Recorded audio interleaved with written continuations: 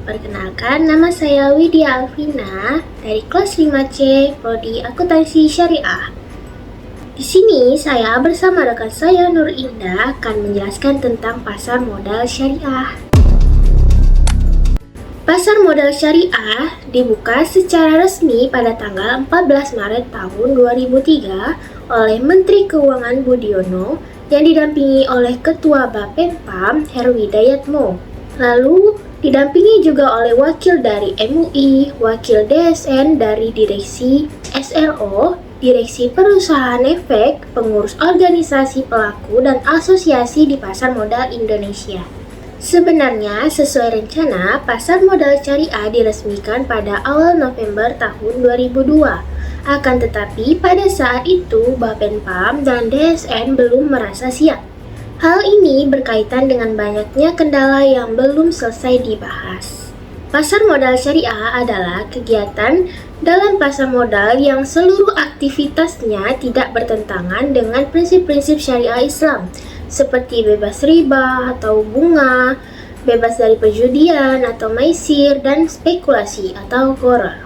Pasar modal ini menggunakan instrumen keuangan seperti saham, syariah, dan sukuk, serta diatur oleh Fatwa DSN MUI nomor 40/DSN MUI tahun 2003 tentang pasar modal dan pedoman umum penerapan prinsip syariah di bidang pasar modal, dan diawasi oleh OJK.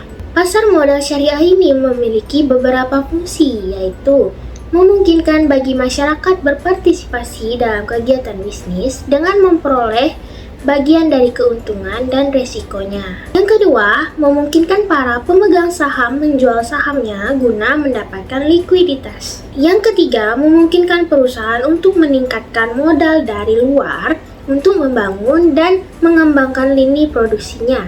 Yang keempat, memisahkan operasi kegiatan bisnis dari fluktuasi jangka pendek pada harga saham yang merupakan ciri umum dari pasar modal konvensional. Yang terakhir, memungkinkan investasi pada ekonomi itu ditentukan oleh kinerja kegiatan bisnis sebagaimana tercermin pada harga saham. Dalam pasar modal syariah terdapat beberapa pihak yang terlibat dalam kegiatannya. Yang pertama ada emiten. Emiten adalah perusahaan yang melakukan penjualan surat-surat berharga atau melakukan emisi. Pelaku kedua adalah investor atau pemodal. Ia adalah yang membeli atau menanamkan modalnya pada perusahaan yang melakukan emisi. Yang ketiga ada perusahaan pengelolaan dana atau investment company.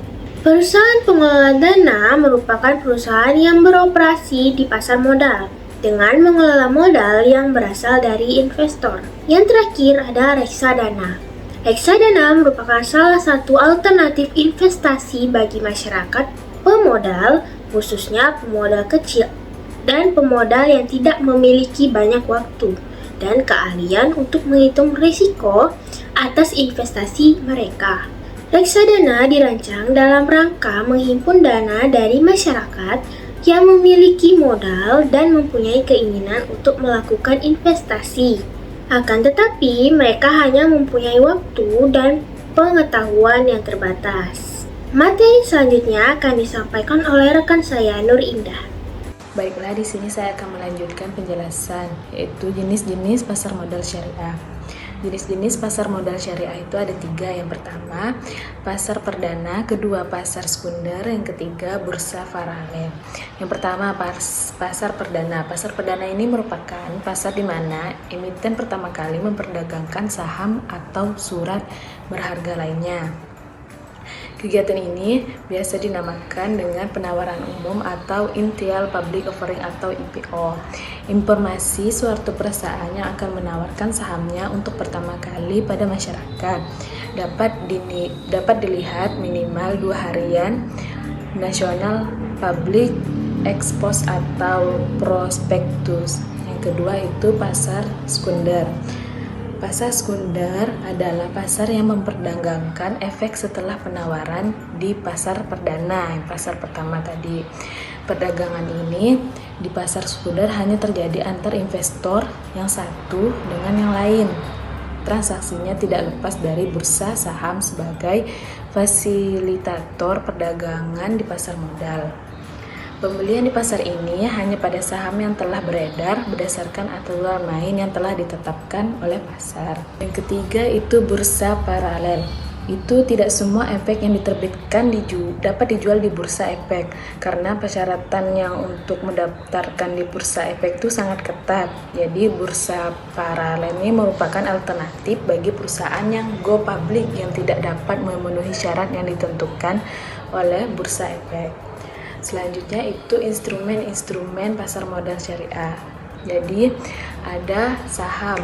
Saham itu surat berharga yang bersifat kepemilikan terhadap suatu perusahaan. Maksudnya si pemilik saham merupakan pemilik perusahaan. Semakin banyak sahamnya yang ia miliki, maka semakin besar pula kekuasaan dan wewenangnya pada perusahaan tersebut. Yang kedua itu obligasi. Obligasi syariah ini atau sering disebut juga dengan sukuk itu adalah instrumen keuangan berbasis syariah yang digunakan oleh pemerintah atau perusahaan untuk menghimpun dana dari investor. Jadi berbeda dengan obligasi konvensional yang memberikan bunga atau riba. Jadi obligasi syariah ini dirancang agar sesuai dengan prinsip-prinsip Islam. Yang ketiga itu reksadana syariah yang merupakan sarana investasi campuran yang menggabungkan saham dan obligasi syariah dalam satu produk yang dikelola oleh manajer investasi. Manajer investasi ini menawarkan reksadana syariah kepada investor yang berminat. Selanjutnya itu karakteristik. Yang pertama, semua saham harus diperjualbelikan pada bursa efek. Yang kedua, bursa perlu mempersiapkan pasca perdagangan di mana saham dapat diperjualbelikan melalui piala. Yang ketiga, semua perusahaan yang sahamnya dapat diperjualbelikan di bursa efek diminta menyampaikan informasi tentang perhitungan, keuntungan dan kerugian serta neraca keuntungan kepada komite manajemen bursa efek dengan jarak tidak lebih dari 3 bulan. Yang keempat, komite manajemen menerapkan harga saham tertinggi atau HST tiap-tiap perusahaan dengan interval tidak lebih dari 3 bulan sekali. Yang kelima, saham tidak boleh diperjualbelikan dengan harga lebih tinggi dari HST. HST tadi harga saham tertinggi. Yang keenam, saham dapat dijual dengan harga di bawah HST. Yang ketujuh, perusahaan komite manajemen harus memastikan bahwa semua perusahaan yang terlibat dalam bursa efek itu mengikuti standar akuntansi syariah. Yang kedelapan, perdagangan saham mestinya hanya berlangsung dalam 1 minggu periode perdagangan setelah menentukan HST. Yang ke-9, perusahaan hanya dapat menerbitkan saham baru dalam periode perdagangan dan dengan harga HST. Baiklah, sekian penjelasan dari saya. Kurang lebihnya mohon maaf. Assalamualaikum warahmatullahi wabarakatuh.